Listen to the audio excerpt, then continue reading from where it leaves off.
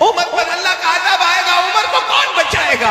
ان کے بیٹے وہ ان سے بھی نرم دل تھے، ابا کی گود میں سر رکھا، کہا ابا آپ نے تو بہت کام کیے، آپ کے بیٹے پر عذاب آئے گا تو کون بچائے گا؟ میرے دوستو یہ وہ لوگ تھے جو اس سے ڈرا کرتے تھے کہ اللہ کا عذاب آئے گا تو کون بچائے گا۔ میرے جوانوں، آج ہم لوگ نشہ کرتے ہیں نا، نشہ کرتے ہیں نا، کسی کو بیڑی کی عادت، کسی کو سگریٹ کی عادت، کسی کو تمباکو کی عادت، کسی کو گٹکا ویمل کی عادت، کوئی ڈرگز لیتا ہے، کوئی پاؤڈر کھاتا ہے، کوئی کھانسی کے سیرپ پیتا ہے۔ کیا ہم کو یہ ڈر نہیں؟ حضرت عمر کو تو ڈر ہے کہ میرے اللہ کا عذاب آئے گا تو مجھے کون بچائے گا۔ ہم کیا ہمارا ایمان اتنا مضبوط ہو گیا کہ ہم اللہ کو بھول گئے؟ کیا کریں گے میرے پیارو؟ اللہ کو بھول کے موت تو آنی ہے نا۔ ارے بولو آنی کہ نہیں آنی؟ کب تک یہ جوانی کا نشہ رہے گا؟ کب تک یہ جوانی کا نشہ رہے گا؟ اور یہ جتنی چیزیں ہم استعمال کرتے ہیں نا، چاہے بیڑی ہو، سگریٹ ہو، تمباکو ہو، گٹکا ہو، ڈرگس ہو، پاؤڈر ہو، ایندی ہو، یہ جتنی چیزوں کا ہم استعمال کرتے ہیں، ہم سمجھتے ہیں آئی ایم ینگ، میں جوان ہوں، میرے پاس ویسٹرن سٹائل ہے، میرا چلنے کا طریقہ، میرا بولنے کا طریقہ، میری بائک، میں بہت ہوشیار ہوں۔ میرے پیارو، جس دن ایک بیماری آتی ہے نا، پھر بچانے والا کوئی نہیں ہوتا۔ صحیح کہہ رہا ہوں غلط کہہ رہا ہوں؟ کتنے لوگوں کو کینسر ہو گیا؟ ورنہ پہلے ہمارا جوان، آپ نے یہاں جدو پور میں بھی دیکھا ہوگا، ہمارا جوان بائک پر بیٹھتا ہے اور بالکل جہاں سارا مجمع ہوگا نا، وہاں جا کے ٹریفک نہیں ہے لیکن زور سے بائک کا بریک مارے گا۔ کیوں بائک کا بریک مارے گا؟ سب لوگ دیکھیں، اور پھر وہ جیب میں سے نکالے گا۔ کیا بولتے آپ لوگ؟ ہاں، اب یوں ہاتھ پہ تھوڑا ٹک ٹک ٹک ٹک کرے گا، پھر یوں کھولے گا، اور پھر آ کر کے ایسا پیے گا جیسے شربت پی رہا ہے۔ صحیح ہے کہ نہیں؟ لیکن یہ جو چیز غلط ہے وہ غلط ہے، نشہ غلط ہے تو غلط ہے، پاؤڈر کھانا غلط ہے تو غلط ہے، ڈرگس لینا غلط ہے تو غلط ہے۔ ہوتا کیا ہے معنی میں نہیں سدھرتا نہیں ہے، کیوں روز روز روز روز لیتا جاتا ہے، پھر یہ جو منہ ہے نا، منہ یہ چھوٹا ہو جاتا ہے۔ کیسا ہو جاتا ہے؟ پھر کیا کرتا ہے معلوم ہے؟ یوں ہاتھ میں لے کے یوں کرے گا، ایک ہاتھ سے دروازہ کھولے گا، دوسرے ہاتھ سے انٹر ہو جائے گا۔ صحیح کہہ رہا ہوں غلط کہہ رہا ہوں؟ پھر اتنا چھوٹا سا منہ ہو جاتا ہے، ڈاکٹر کے پاس جاؤ، ڈاکٹر کو معلوم ہے بھائی، ڈاکٹر ماہر ہے، چہرہ دیکھ کر سمجھ جاتا ہے کہ اس کو کینسر ہے، لیکن ڈاکٹر کو بھی تو اپنا بل بنانا ہے، تو یہ کرنا، وہ کرنا، ایسا کرنا، وہ کرنا، یورین ٹیسٹ ہوگا، بلڈ ٹیسٹ ہوگا، پیٹ میں سے پانی نکالا جائے گا، پھر اس کا یہ ہوگا، پھر وہ ہوگا، لیبورٹری میں جائے گا، یہ کرے گا، کرتے کراتے ڈاکٹر اخیر میں کہتا ہے لاسٹ اسٹیج آف کینسر، 2 مہینے بچے ہیں، اور وہ پوری گورنمنٹ نے کہا ماسک نہیں لگانے کا، وہ ماسک لگا کے گھوم رہا ہے، کیونکہ یہاں اس کا منہ چھوٹا ہو گیا ہے، آپریشن ہو گیا، جبڑا پھاڑ دیا گیا۔ میرے پیارو، کیا قیامت میں اس کا جواب نہیں دینا پڑے گا؟ مفتی علی کا ایک بڑا عجیب معاملہ، میں گجرات میں تھا، ایک نے میرے پاس کہا مولانا میرا بھائی 32 سال کا ہے، وہ کھا کھا کے تمباکو کھا کھا کے کینسر ہو گیا، مر گیا، وہ شہید ہوا کہ نہیں؟ یعنی وہ میرے کو فتویٰ پوچھتا کہ مولانا لکھ کے دے دو نا کہ میرا بھائی شہید ہو گیا، میں میرے خاندان والوں کو بتاؤں۔ میں نے کہا گٹکا کھا کے مرا، تمباکو کھا کے مرا، آپریشن کرا کے مرا۔ میں نے کہا سنو، میں آج مسئلہ بتاتا ہوں، کوئی اپنے گناہوں کی وجہ سے بیمار پڑے، کوئی اپنے گناہوں کی وجہ سے، بھائی ہمارے گناہوں کی وجہ سے اگر ہمارا یہ جبڑا خراب ہو گیا، ہمارے گناہوں کی وجہ سے اگر ہمارا ہاتھ اور پاؤں خراب ہو گیا، تو اللہ فرماتے قیامت میں ایک ایک بدن کے ٹکڑے کا جواب دینا پڑے گا۔ یہ قرآن میں لکھا ہے، قرآن میں 15واں پارہ، اللہ تبارک و تعالیٰ فرماتے ہیں ان السمع والبصر والفؤاد کل اولئک کان عنہ مسئولا۔ اللہ تبارک و تعالیٰ فرماتے تیرے کانوں کا، تیری آنکھوں کا، تیرے دل کا، بدن کا جو بھی ٹکڑا تو نے گناہوں کی وجہ سے ڈیمیج کر دیا، بولو کل قیامت میں۔ ہاں لیکن اگر آدمی نے کبھی بیڑی، سگریٹ، تمباکو، گٹکا کچھ نہیں، اور بیچارے کو کینسر ہو گیا، ہاں فتویٰ دے دو کہ شہید ہو کر دنیا سے جا رہا ہے۔ لیکن میرے پیاروں، کیا یہ سب کرنا جائز ہے جو ہم کرتے ہیں؟ کیا ہم کو اللہ کا ڈر نہیں لگتا؟ میرے دوستو، کینسر والے کو پوچھو کیسا روتا ہے، کیسا روتا ہے، آخری گھڑی میں کیا کیا حالات اس کے اوپر آتے ہیں۔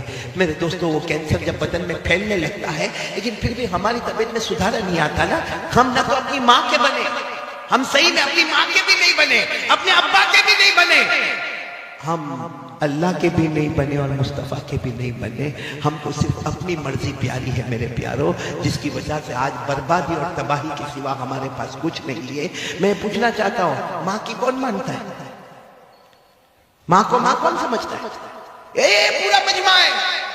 اگر یہ اعلان ہو گیا قاری احمد علی کا بیان ہونے والا، یا چلو یہ اعلان ہو جاوے کہ یہاں شادی کا منڈپ لگنے والا، یا اعلان ہو جاوے کہ یہاں پر بہت بڑا فنکشن ہونے والا، یہاں کے ذمہ دار جوانوں کو جمع کریں گے. بھائی کون کون ہمارے ساتھ خدمت کرے گا، کون کون ہمارے والنٹیئر حضرات ہوں گے.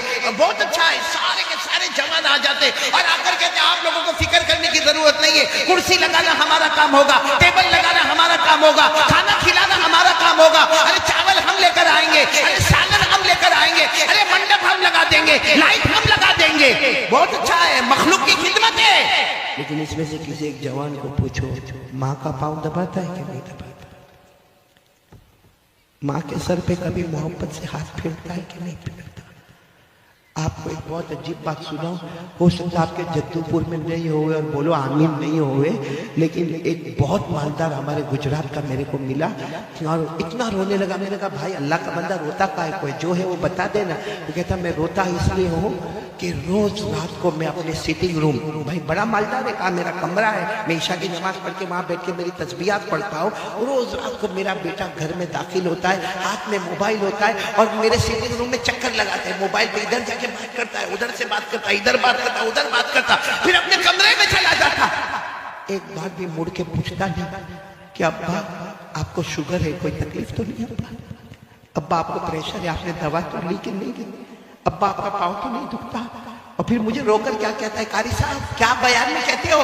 بیان میں کہتے ہو کہ باپ جنت کا دروازہ ہے. مجھے کہتا ہے قاری صاحب گواہ لینا، قیامت میں گواہ لینا. اس نے اپنے جنت کا دروازہ توڑ دیا ہے، وہ کبھی بھی جنت میں نہیں جائے گا. یہ باپ کی بددعا نہیں تو کیا ہے؟ پوچھو نا، جھوڑے باپ کو پوچھو، کتنا بیٹا پوچھتا ہے؟ بلکہ باری لگتی ہے، باری. کتنے بھائی ہم لوگ؟ 4. کتنے بھائی؟ 5. 15 دن ماں باپ تیرے گھر میں، 15 دن تیرے گھر میں، 15 دن تیرے گھر میں، 15 دن تیرے گھر میں. اللہ کو حاضر ناظر رکھ کر بتاؤ، جب ہم چھوٹے تھے کیا ہمارے ماں باپ نے ہم کو تقسیم کیا کہ میرا بڑا بیٹا وہ گھر پہ رہے گا، میرا دوسرا بیٹا ادھر جا کے رہے گا، تیسرا بیٹا ادھر جا کے رہے گا؟ کیا ہمارے